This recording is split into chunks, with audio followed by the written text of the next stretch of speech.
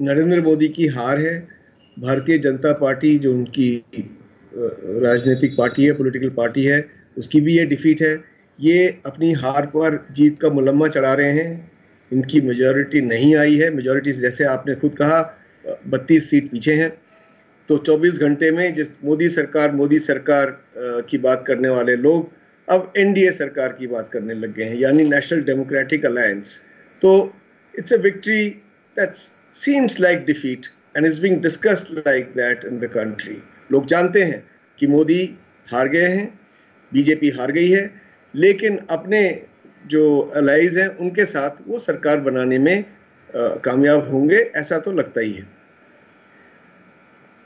अच्छा सर, ये बताएं कि अब जो एक इत्तेहादियों के साथ मिलके हुकूमत बनेगी, चाहे वो तीसरी दफे वजीर आजम हो जाए, क्या फर्क होगा? मतलब कि इत्तेहादियों की वजह से पॉलिसीज आपके ख्याल में, या जो एजेंडा था या मैनिफेस्टो था बीजेपी का, जो उनके इरादे थे, उसमें कितनी अब आप तब्दीली देख रहे हैं आने वाले दिनों में?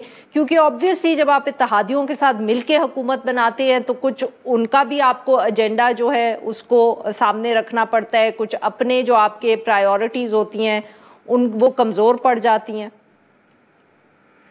आरिफा जी, 2014 में और 2019 में भी नेशनल डेमोक्रेटिक अलायंस था और उसके लीडर नरेंद्र मोदी ही थे। तो कहने के लिए हम कह सकते हैं कि भाई इन्होंने अलायंस की सरकार पहले भी चलाई है। लेकिन एक बड़ा फर्क ये है कि 2014 में भी और 2019 में भी बीजेपी की मेजॉरिटी अपने आप से थी। उनको अपने अलायंस की जरूरत नहीं थी मेजॉरिटी मार्क तक पहुंचने के लिए। इस बार बीजेपी की मेजॉरिटी नहीं है, इसलिए बीजेपी और उसके अलायंस के बीच की इक्वेशंस अब बदल जाएंगी। अब डिपेंडेंस बीजेपी की अलायंस पे ज़्यादा होगी। इसका असर ये होगा कि जो इनका हिंदू मेजॉरिटेरियन एजेंडा है उसको इन्हें मॉडरेट करना पड़ेगा, क्योंकि जो दो बड़ी सहयोगी पार्टियां, जो दो अलाइज इनके हैं, जनता दल यूनाइटेड बिहार से नीतीश कुमार की, और दूसरी तेलुगु देशम पार्टी चंद्रबाबू नायडू की आंध्र प्रदेश से, ये दोनों इनकी तो मुस्लिम इलेक्टोरेट है, ये एंटी मुस्लिम हो ही नहीं सकते हैं। तो इससे इनका जो हिंदुत्व एजेंडा है वो तो डेफिनेटली मॉडरेट होगा, नहीं होगा तो सरकार टूटेगी।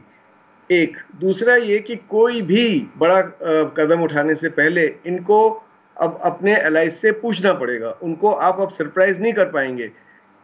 5 अगस्त 2019 की तरह रातों रात जैसे कि आपने कश्मीर से 370 को डाइल्यूट कर दिया, स्पेशल स्टेटस खत्म कर दिया, एक बली चंगी स्टेट को तोड़ के 2 यूनियन टेरिटरीज बना दिए और बाकी लोग कुछ नहीं कर पाए, मुंह देखते रह गए, ये अब नहीं कर पाएंगे। जो भी आप करेंगे पूछ के करना पड़ेगा, नहीं तो सरकार को खतरा रहेगा। यानी कि पॉलिटिक्स दोबारा से भारत में अब नॉर्मलसी की तरफ जा रहा है। नॉर्मल पॉलिटिक्स हो जाएगा, इशू बेस्ड पॉलिटिक्स होगा। पॉलिसीज के ऊपर नरेंद्र मोदी को जज किया जाएगा, किसी मंदिर के ऊपर नहीं या मस्जिद तोड़ने पर नहीं।